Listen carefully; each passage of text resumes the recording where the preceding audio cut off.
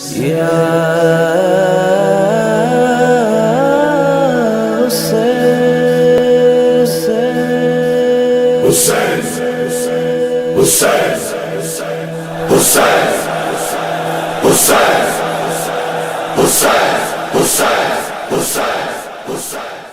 वालेकुम नाज़रीन, सिंध समेत उन्हनि सभिनी ॾेहनि परॾेहनि खे भलीकार जेके ॾिसी रहिया आहिनि SS न्यूज़। आऊं आहियां आयशा सजाद ऐं आऊं आहियां फराशा।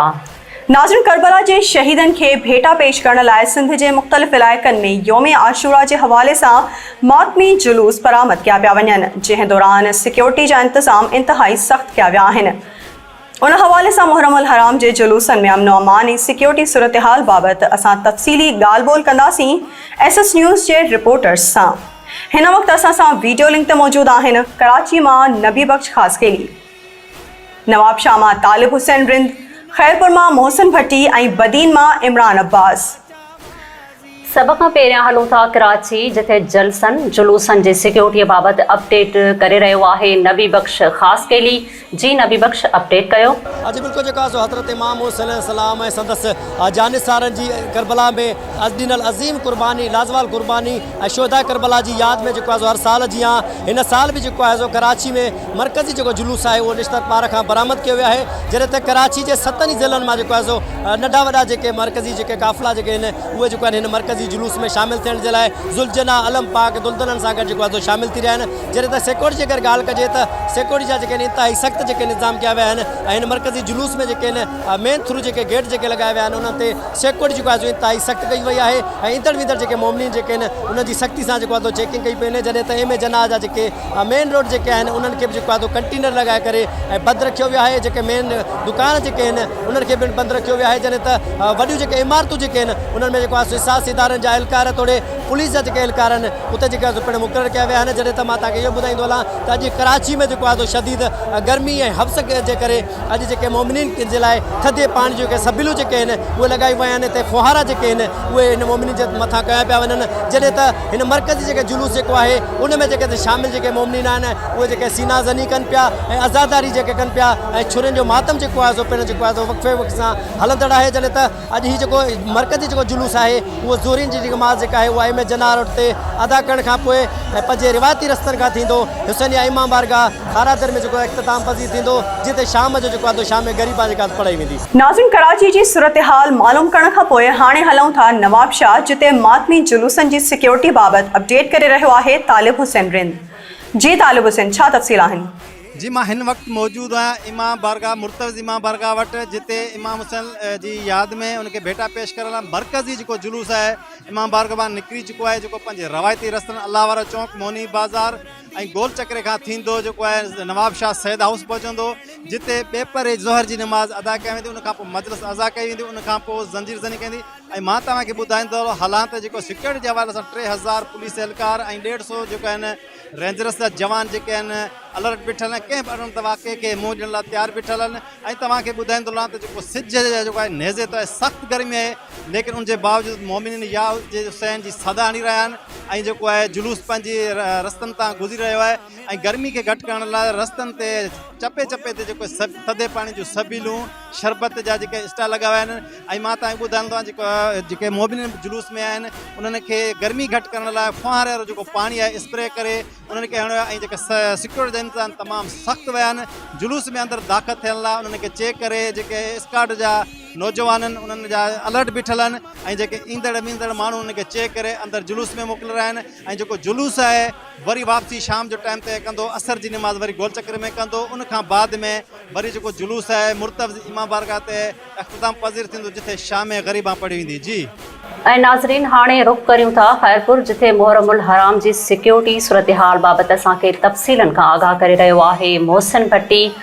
जी मोहसिन, मुहर्रम उल हराम में सिक्योरिटी सूरत हाल बाबति असांजे नाज़रीन खे आगाह कजो। हाँ जी बिल्कुलु, यौम आशूरा जो मरकज़ी मातमी जुलूस मरकज़ी इमाम बारगाह अंजुमन हैदरीअ खां निकिरंदो, जेको मुख़्तलिफ़ रूटनि अली रज़ा शाह जो थलो, सिविक सेंटर, छटरी चौक, पंजगोला चौक, शाही बाज़ार, वॾे अलम खां थींदो करबला मौला वटि नहर थींदो। जॾहिं त मातमी जुलूस में इमाम हुसैन जे अज़ादारनि जे लाइ पाणीअ जी सबील, मिठनि शरबतनि जी सबील, चांहि जी सबील ऐं न्याज़ जो एतमामु कयो वेंदो आहे। ॻाल्हि कजे सिक्योरिटीअ जी त सिक्योरिटीअ जा जेके इंतिज़ाम आहिनि उहे इंतिहाई सख़्तु कया विया आहिनि। 2000 खां मथे पुलिस अहलकार ड्यूटियूं सर अंजाम ॾींदा, उन्हनि सां गॾु रेंजर्स जा जवान बि मौजूदु रहंदा, जॾहिं त CCTV ज़रिए सॼे मातमी जुलूस जी मॉनिटरिंग कई वेंदी। ऐं मां तव्हांखे इहो बि ॿुधाईंदो हलां त मातमी जुलूस जे दाख़िली रस्तनि खे खारदार तारूं ऐं कनातूं हणी मुकमल तौर ते सील कयो वियो आहे। ऐं मां तव्हांखे इहो बि ॿुधाईंदो हलां त अणवणंदड़ वाक़े खे मुंहुं ॾियण जे लाइ पाक फ़ौज जे जवाननि खे हाई अलर्ट रखियो वियो आहे। जी नाज़रीन, खैरपुर जी सूरत हाल खां पोइ हाणे हलूं था बदीन, जिते मुहर्रमुल हराम में अमन अमान जी सूरत हाल बाबति आगाह करे रहियो आहे इमरान अब्बास। जी इमरान अब्बास, मुहर्रमुल हराम में अमन अमान बाबति छा तफ़सील आहिनि? बिल्कुलु, अॼु योम आशूरा ज़िला बदीन खे बि मुख़्तलिफ़ नंढनि वॾनि शहरनि में मज़हबी अक़ीदतुनि सां मल्हायो वञे पियो। आउं हिन वक़्तु मौजूदु आहियां बदीन जे मरकज़ी इमाम बारगाह काशिन ज़ैनबिया अॻियां, जिथे मजलिस अज़ा बर्पा कई वई आहे। मुख़्तलिफ़ उलमा इकराम जेको करबला में वाक़ियो पेश आयो उन मुतलिक़ बयानु करे रहिया आहिनि, जॾहिं त शहर जे मुख़्तलिफ़ रस्तनि ते मातमी जुलूस बि बरामद थी चुका आहिनि। अज़ादारनि हुसैन अलैहिस्सलाम जे तरफ़ां आज़ादारी जो सिलसिलो जारी आहे। शहर जे मुख़्तलिफ़ रस्तनि ते, चौराहनि ते सबीलनि जो पिणु एहतमाम कयो वियो आहे, जिथे शरबत जी सबील ऐं न्याज़ जो लंगर बि हली रहियो आहे। जॾहिं त सिक्योरिटी जी अगरि ॻाल्हि कई वञे त SSP बदीन शीराज़ नज़ीर मुताबिक़ 2000 खां वधीक पुलिस एहलकार आहिनि, जेके ज़िले भर जे मुख़्तलिफ़ जुलूसनि ऐं मजलिसनि ते ताइनात कया विया आहिनि, जेके पंहिंजी ड्यूटी ॾेई रहिया आहिनि। जॾहिं त 120 रेंजर्स जा जवान बि मौजूदु हूंदा। पुरअमन तौर ते हिते ज़िला बदीन में अज़ादारी जो सिलसिलो हलंदड़ आहे। असां हिते अज़ादार इमाम हुसैन अलैहिस्सलाम खां ॻाल्हि ॿोल्हि कई आहे। उन्हनि जो इहो ई चवणु आहे त अॼु मातम करे, अज़ादारी करे इमाम हुसैन अलैहिस्सलाम ऐं ॿियनि शहीदनि खे जेको आहे सो भेटा पेश करे रहिया आहिनि। जॾहिं त सॼो ॾींहुं इहो सिलसिलो जारी रहंदो ऐं बाद मग़रिब आहिनि इहो जेको आहे सो जुलूस वापसि शाहनवाज़ चौक ते इख़्तिताम पज़ीर थींदो, जंहिंखां पोइ हिते शाम ग़रीबाम जेको आहे सो मुनक़द कई वेंदी। नाज़रीन, मुहर्रमुल हराम जी सिक्योरिटी बाबति असांखे कराची मां नबी बख्श ख़ास केली, नवाब शाह मां तालिब हुसैन रिंद, खैरपुर मां मोहसिन भट्टी ऐं बदीन मां इमरान अब्बास आगाह कयो। ऐं हाणे हलूं था सिंध जे ॿिए नंबर वॾे शहर हैदराबाद में, जिते मुहर्रमुल हराम जी सिक्योरिटी सूरत हाल बाबति असांखे तफ़सीलनि खां आगाह करे रहियो आहे SS न्यूज़ जो senior anchor person Syed Imran Shah Lakiyari ऐं क्राइम रिपोर्टर GM चांडियो। सभ खां पहिरियां मालूम कंदासीं सैयद इमरान शाह खां, जेको मौजूदु आहे कदमगाह मौला अलीअ ते। जी इमरान शाह, हिन वक़्तु योम आशूरा जे हवाले सां कदमगाह मौला अलीअ ते मातमी जुलूसनि जी छा सूरत हाल आहे?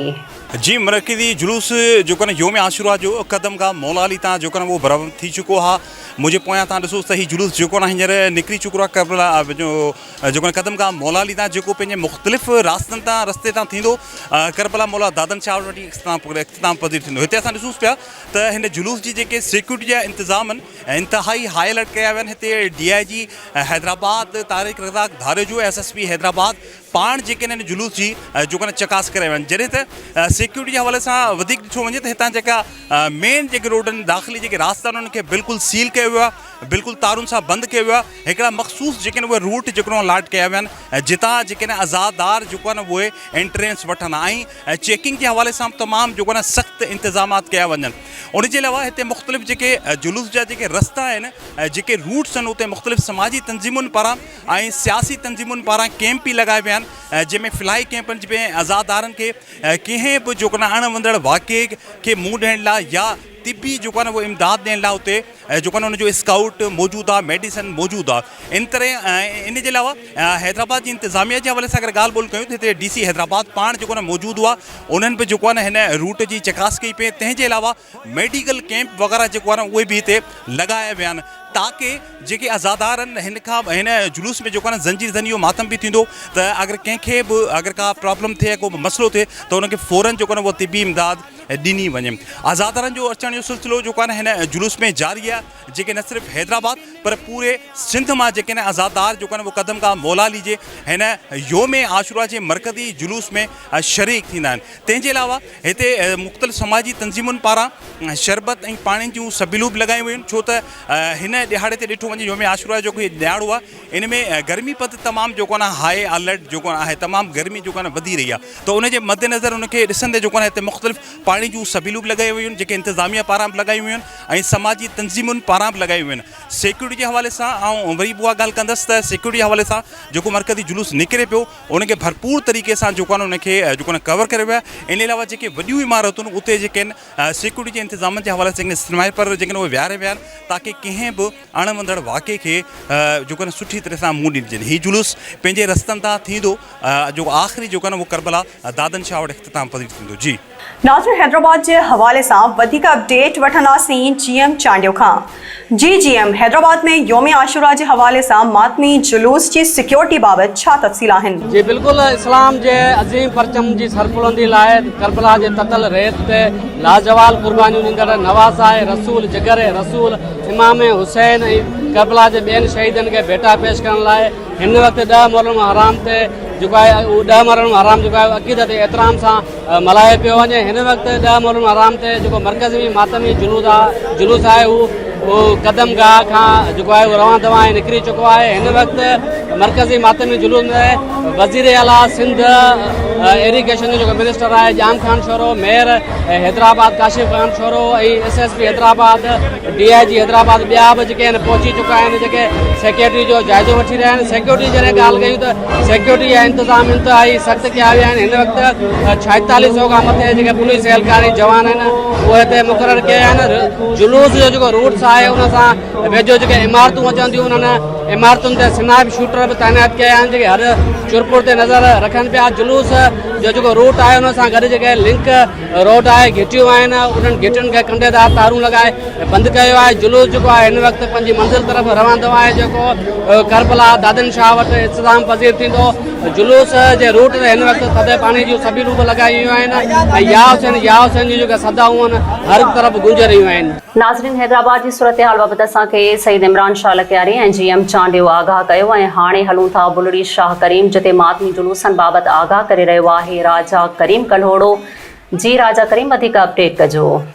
जी बिल्कुलु, पूरे मुल्क जी बल्कि पूरी दुनिया जी बुलड़ी शाह करीम में बि 10 मुहर्रम जे हवाले सां 10 आशूरो जो जुलूस बरामद थी रहियो आहे। तव्हांखे वधीक ॿुधाईंदो हलां त इहो ई जुलूस जेको आहे दरगाह बुलड़ी शाह करीम ते पहुचंदो जिते ज़ंजीज़नी कई वेंदी। ऐं तव्हांखे वधीक ॿुधाईंदो हलां इहो ई जुलूस पहुचंदो जिते टंडू मोहम्मद खान ऐं सिजाल क़ौमी शाहरा ते पहुचंदो, उते बि ज़ंजीज़नी कई वेंदी। ऐं तव्हांखे ॿुधाईंदो हलां त इहो जुलूस अंजुमन ते पहुचंदो जिते मजलिस बर्पा कई वेंदी। उन खां बाद में अंजुमन दर बतूल ते पहुचंदो जिते ज़ंजीज़नी कई वेंदी। उन खां बाद में मजलिस बर्पा कई वेंदी। ऐं तव्हांखे वधीक ॿुधाईंदो हलां आख़िरी तकाम ते बारगाह ज़ैनबिया अलैहिस्सलाम ते पहुचंदो जिते ज़ंजीज़नी कई वेंदी ऐं शाम ग़रीबा जी मजलिस पढ़ी वेंदी। तव्हांखे ॿुधाईंदो हलां पुलिस इंतिज़ामिया पारां सिक्योरिटी जा जेके आहिनि सख़्तु इंतिज़ाम कया विया आहिनि। ऐं तव्हांखे वधीक ॿुधाईंदो हलां हिन जुलूस में जेको आहे हज़ारे मोमिननि शिरकत कई आहे। नाज़रीन, बुलड़ी शाह करीम खां पोइ हाणे रुख़ कयूं था पन्नो आकिल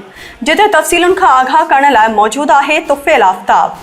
जी तुफ़ैल आफ्ताब, मुहर्रम अल हराम जी सिक्योरिटी सूरत हाल बाबति छा तफ़सील आहिनि? हाँ जी बिल्कुलु, समूरी दुनिया जी पन्ने आकिल में भी योम आशूरा अक़ीदत एहतराम सां मल्हायो पियो वञे। 10 मुहर्रम अल हराम जी मुनासिबत सां जेको पन्ने आकिल जी मरकज़ी इमाम बारगाह कसर फ़ातिमा का मरकज़ी मातमी जुलूस बरामद थियो आहे जेको पंहिंजे रवायती रस्तनि हाई स्कूल चौक मैसर चौक थींदो जेको हिन वक़्तु सावल चौक ते पहुतो आहे। मातमी जुलूस में जेको आज़ादारनि तरफ़ां सीना ज़नी ज़ंजीर ज़नी करे ऐं इहो लबैक या हुसैन जी सदाऊं बुलंद कयूं पियूं वञनि। उन वाले सां जेको आहे हिते सिक्योरिटी जा इंतिज़ामात उहे इंतिहाई सख़्तु कया आहिनि। पुलिस सां गॾु रेंजर्स जा एहलकार बि मौजूदु आहिनि जेके शहर जे दाख़िली ऐं ख़ारजी रस्तनि ते बीठल आहिनि। उन वाले सां जेको मां तव्हांखे ॿुधाए थो हलां त हीउ जेको मातमी जुलूस आहे उहो हिन वक़्तु जेको आहे सावल चौक ते पहुतल आहे जिते जेको आहे मजलिस मुनक़िद कई वेंदी। जंहिं बाद हीउ मातमी जुलूस जेको आहे हिकु दफ़ो ॿीहर पंहिंजी मंज़िल तरफ़ रवाना थींदो जेको पंहिंजे रवायती रस्तनि खां थींदो बाबुल हवाई जे इमाम बारगाह वेंदो। जंहिं खां पोइ हीउ हिकु दफ़ो ॿीहर जेको आहे मातमी जुलूस पंहिंजी मंज़िल तरफ़ ॿीहर रवाना थींदो। नाज़रीन, ही हुयूं हिन वक़्त ताईं जूं अहम ख़बरूं। वधीक ख़बरुनि ऐं अपडेट्स लाइ विज़िट कयो असांजी वेबसाइट ऐं YouTube चैनल। ॾिसंदा रहो SS न्यूज़।